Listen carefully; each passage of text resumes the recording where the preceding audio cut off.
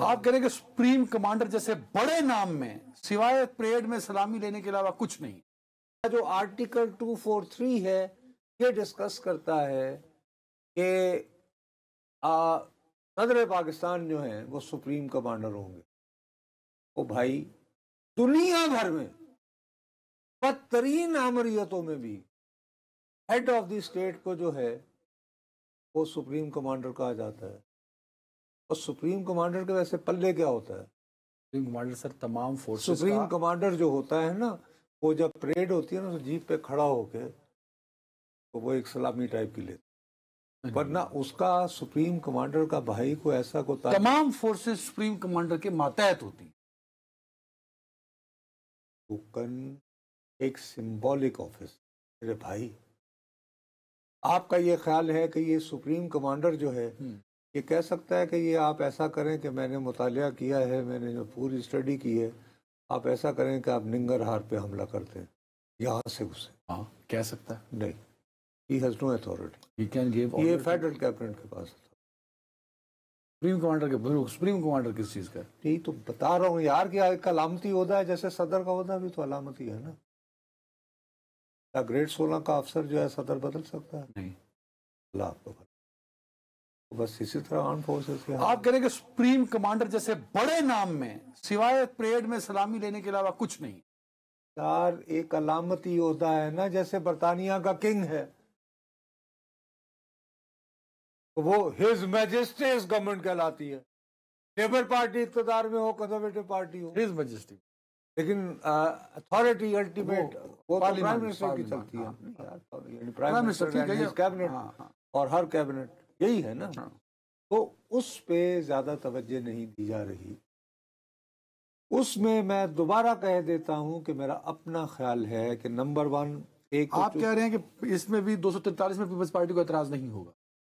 میرا اپنا خیال ٹھیک ہے، اس وجہ سے اعتراض نہیں ہوگا انلیس یہ کہ کس مقام تک اعتراض نہیں ہو سکتا میری دانش میں، وہ یہ کہ اگر ایک تو سب سے پہلی بات یہ ہے کہ ابھی موجودہ فارم میں جو آرٹیکل 243 لکھا گیا ہے اس میں فیلڈ مارشل کے عہدے کا ذکر نہیں.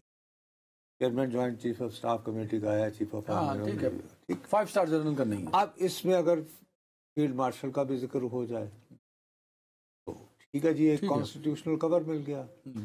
دوسری بات یہ ہے کہ جو کہ واقعی جس سے کہ تھوڑا سا میں کہتا ہوں کہ اس کی جو ہے وہ آپ اس میں تبدیلی محسوس کر سکتے ہیں کہ ابھی تک آپ کو وزارت دفاع سے وایا GHQ ایک سمری آتی ہے جب نئے چیف کا اپائنٹمنٹ ہوتا ہے، وہ بھیج دی جاتی ہے. اب فرض کیجئے اس میں 4 نام ہیں، تو ابھی تک جو ہمارا آئین ہے اور جو ہے اس کے مطابق وہ یعنی پرائم منسٹر کی ڈسٹنکشن وہ جیسے بھٹو صاحب نے واپس بھیجی تھی نام نہ پا کے بھیجو. میں کہتا ہوں کہ نام بھی نہ بھیجیں. وہ ان کے پاس 4 بندوں کی یا 3 بندوں کی سمری آئی، انہوں نے 7ویں نمبر سے اٹھا کے لگا دیا. یہ has the authority so for. تو اس میں یہ کیا جا سکتا ہے کہ جی جو پینل آئے اس میں ہی سے اپنی مرضی کا آپ نہیں منگوا سکتے. لیکن اس کے باوجود آپ کو چوائس دی گئی ان ٹاپ 3 یا 4 آپ ان ٹاپ 3 یا 4 میں سے کریں، یعنی جو پینل آئے آپ اسی میں پک کریں. تو اختیار تھوڑا سا محدود کر دیا جائے گا، کیا وہ واپس نہیں بھیج سکتے کہ اس کو. اور سیکنڈ یہ ہو سکتا ہے کہ اس میں جو آؤٹ گوئنگ آرمی چیف ہوگا اس کا انپٹ بھی شامل ہو یا اس کے ساتھ کنسلٹیشن ہو.